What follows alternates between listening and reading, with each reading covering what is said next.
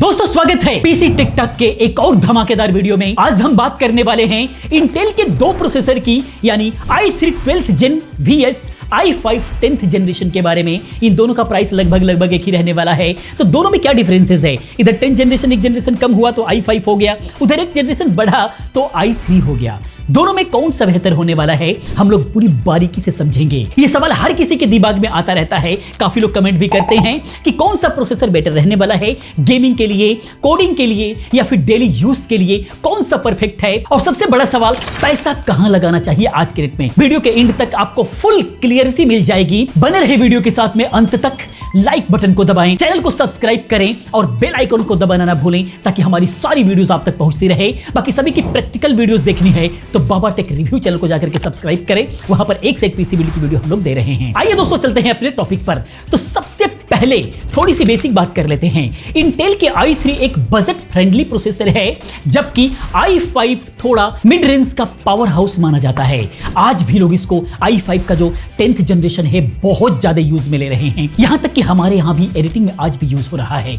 लेकिन यहां ट्विस्ट है, i3 12th जेन जो है ये एक नई जनरेशन का है, जबकि i5 का 10th जनरेशन थोड़ा पुराना हो गया है। तो क्या नई टेक पुरानी पावर को हरा देगा, ये हम आज जानेंगे। बस वीडियो के साथ अंत तक बने रहें। सबसे पहले हम लोग समझते हैं स्पेक्स को ध्यान में रखते हुए स्पेक्स क्या कहता है। तो i3 का जो 12th जनरेशन है ये अल्टर लेक फैमिली का पार्ट है। ये 2022 में लॉन्च हुआ था। इसमें 4 परफॉर्मेंस स्कोर होते हैं और हाइपर थ्रेडिंग के साथ 8 थ्रेड्स मिलते हैं। बेस क्लॉक इसकी 3.3 गीगाहर्ट्ज होती है और बूस्ट में ये 4.4 गीगाहर्ट्ज तक जाता है।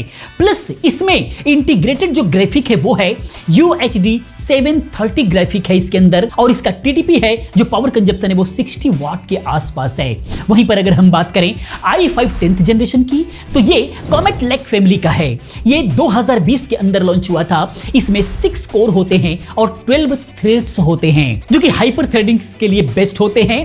बेस क्लॉक इसकी 2.9 गीगाहर्ट्ज होती है और वहां से शुरू होकर के ये बूस्ट में 4.3 गीगाहर्ट्ज तक जाता है। ग्राफिक में ये इंटेल UHD 630 देता है और इसकी TDP 65 वाट के अराउंड होती है। तो समरी में अगर हम लोग समझें तो i3 के पास नई टेक है और कोर कम है, लेकिन हायर क्लॉक स्पीड है यहां पर। लेकिन वहीं i5 के पास अगर हम देखें तो यहां पर ज्यादा कोर्स मिलते हैं, लेकिन पुरानी आर्किटेक्चर है। अब परफॉर्मेंस में कौन जीतेगा, आइए इसको देख लेते हैं। तो डेली यूज के लिए मतलब ब्राउजिंग हो गया, यूट्यूब कंज्यूम हो गया, नेटफ्लिक्स, MS ऑफिस, दोनों ही प्रोसेसर बिल्कुल जबरदस्त रहने वाले हैं। i3 12th जनरेशन की नई आर्किटेक्चर की वजह से सिंगल कोर परफॉर्मेंस थोड़ी सी बेटर रहने वाली है, तो एप्स जल्दी खुलेंगे और ब्राउजिंग स्मूथ होगी। लेकिन अगर मल्टीटास्किंग करने की बात आती है, जैसे 20 टैब्स अगर आप खोलते हैं, जूम कॉल चलाते हैं और बैकग्राउंड में स्पॉटिफाई, तो i5 10th जेन 6 कोर का फायदा आपको यहां पर देखने को मिलेगा। ये थोड़ा सा हैवी लोड को बेटर हैंडल कर सकता है। तो यहां पे i3 डेली लाइट यूज के लिए बिल्कुल परफेक्ट रहने वाला है, लेकिन i5 थोड़ा फ्यूचर प्रूफ फील देगा अगर आपको मल्टीटास्किंग करना है तो। अगर मल्टीटास्किंग करना है तो i5 का जो मल्टी कोर है 6 कोर 12 थ्रेड्स, यहां पर इसका फायदा आपको जबरदस्त मिलेगा। लेकिन सिंगल कोर परफॉर्मेंस चाहिए, कोई एक दो सॉफ्टवेयर ओपन करके ही आप परफॉर्मेंस निकालना चाहते हैं, तो वहां पर i3 का 12th जनरेशन बहुत अच्छा काम करेगा। अब हम बात करते हैं गेमिंग की। गेमिंग के लिए सेक्शन बहुत ही ज्यादा इंपॉर्टेंट है। i3 12th जेन का इंटीग्रेटेड UHD 730 ग्राफिक थोड़ा सा बेटर है कंपेयर टू i5 के UHD 630। अगर आप देखें तो यहां पर जो i5 12th जनरेशन के अंदर है UHD 730 आगे रहने वाला है। मतलब लाइट गेम जैसे वॉलोरेंट हो गया, CSGO हो गया, मिनक्राफ्ट हो गया, लो मीडियम सेटिंग पर जो है डिसेंट चलेंगे विदाउट GPU। कोई डेडिकेटेड GPU नहीं लगा रहे हैं तो। लेकिन अगर आप डेडिकेटेड GPU लगाते हैं, जैसे RTX 3060 या फिर GTX 1660, i3 का सिंगल कोर परफॉर्मेंस गेम में थोड़ी सी बेहतर परफॉर्मेंस करेगा, क्योंकि मॉडर्न्स गेम के अंदर जो है सिंगल थ्रेड्स पे ज्यादा डिपेंड रहते हैं। इसीलिए अगर हैवी गेमिंग करना है, हैवी ग्राफिक कार्ड लगाना है, तो i3 का 12th जनरेशन आपके लिए बेहतर रहने वाला है। i5 10th जनरेशन का जो 6 कोर है, इसका फायदा तब दिखेगा जब आप AAA टाइटल खेलेंगे, जैसे कि साइबरपंक 2077 हो गया, GTA 5 हो गया, क्योंकि ये गेम्स जो है मल्टी कोर का यूज करते हैं। लेकिन ओवरऑल GPU के साथ दोनों ही काफी क्लोज परफॉर्मेंस करेंगे अगर प्रैक्टिकली देखा जाए तो। गेमिंग के लिए i3 नई टेक के साथ जीत सकता है, लेकिन वहीं पर i5 भी पीछे नहीं रहने वाला है। लेकिन अगर ग्राफिक कार्ड लगाते हैं तो i3 कहीं ना कहीं थोड़ा सा आगे आपको मिलेगा। अब हम बात करते हैं वीडियो एडिटिंग की। वीडियो एडिटिंग या फिर कोडिंग का सीन क्या रहने वाला है। तो अगर आप प्रीमियर प्रो या फिर कोडिंग के लिए हैवी सॉफ्टवेयर यूज करते हैं तो i5 का 10th जनरेशन के एक्स्ट्रा कोर्स का पावर आपको यहां पर दिखेगा।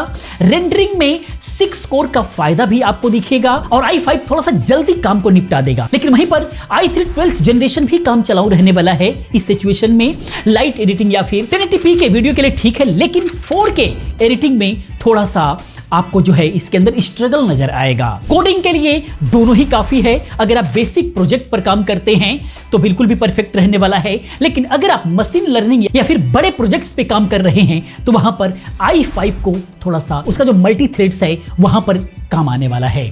तो ये आप अपने काम के अकॉर्डिंग देखिए। अगर बड़ी प्रोजेक्ट पे काम कर रहे हैं तो i5 का जो मल्टी कोर है, मल्टी थ्रेड से है, यहां पर आपको फायदा मिलेगा। यानी कहने का मतलब i5 आपके लिए बेहतर रहने वाला है। अब बजट के अकॉर्डिंग बात करते हैं। i3 12th जनरेशन, इसका प्राइस आज के रेट में 10 से 12 हजार के आसपास में मिलता है, जबकि i5 10 जनरेशन जो है ये थोड़ा सस्ता हो सकता है, लेकिन ये ओवर प्राइस अक्सर रहता है तो 10 हजार के आसपास ही रहता है। लेकिन यहाँ ट्विस्ट है थोड़ा सा, i3 के साथ में जो है आपको नया मदरबोर्ड लेना पड़ेगा, यानी कि LGA 1700 चाहिए, जो थोड़ा सा कॉस्टली पड़ सकता है। वैसे देखेंगे तो अभी नियर अबाउट मिल जाएगा, लेकिन अच्छा मदरबोर्ड की अगर बात करेंगे तो LGA 1700 थोड़ा सा महंगा पड़ेगा। i5 के लिए पुराना मदरबोर्ड यूज हो जाएगा, यानी कि LGA 1200 मिल सकता है, जो कि थोड़ा सस्ता मदरबोर्ड आपको मिल जाएगा। तो वैल्यू के हिसाब से अगर देखा जाए तो अगर बजट टाइट है, आपका नया सिस्टम का प्लान है, तो i3 12th जनरेशन थोड़ा सा फ्यूचर प्रूफ रहने वाला है। लेकिन अगर पुराना सेटअप है आपका, i3 का 10 जनरेशन अपग्रेड करना चाहते हैं तो i5 का 10 जनरेशन आपके लिए बहुत ही पावरफुल ऑप्शन रहने वाला है। i3 से i5 10 जनरेशन में अपग्रेड कर जाइए। 12 जनरेशन में जाने का कोई बहुत बड़ा फायदा आपको नजर नहीं आएगा। अगर i3 में ही कन्वर्ट होना है तो i5 12 जनरेशन में जाना है तो फायदा मिलेगा। फाइनली वर्डिक्ट की अगर हम बात करें तो i3 12th जनरेशन को चुनो अगर आप जो है लेटेस्ट टेक चाहिए, बजट के अंदर एक नया पीसी बिल्ड कर रहे हैं, या फिर light gaming daily use priority है, तो i3 का 12 जनरेशन आपके लिए बेहतर है। i5 जेन को सेलेक्ट करें। अगर आपको ज्यादा कोर्स एंड मल्टीटास्किंग पावर चाहिए तो i5 का 10 जनरेशन बेहतर है। पुराना सेटअप अपग्रेड करना है तो बेहतर है, यानी कि i3 से i5 में अपग्रेड करना है तो i5 10 जनरेशन बेहतर है। वीडियो एडिटिंग या फिर हैवी वर्क करना है तो भी i5 ही बेहतर है। तो दोनों अपने अपनी जगह पर सही हैं, आपका यूज केस क्या है उस पर डिपेंड करेगा। तो दोस्तों ये थी हमारी i3 12th generation vs i5 10th generation की फुल डिटेल कंपैरिजन। आपको क्या लगा नीचे कमेंट में जरूर बताएं। आप कौन सा प्रोसेसर चूज करेंगे ये भी कमेंट में जरूर बताएं। वीडियो पसंद आती है तो प्लीज वीडियो को लाइक करते रहें, अपने दोस्तों के साथ शेयर करते रहें। इस तरह की तमाम वीडियोस मैं लेकर के आता रहता हूं। मिलते हैं अगली वीडियो में किसी और अच्छी इंफॉर्मेटिव वीडियो के साथ में। पूरी वीडियो देखने के लिए चैनल को सब्सक्राइब करने के लिए आप सभी का बहुत बहुत धन्यवाद।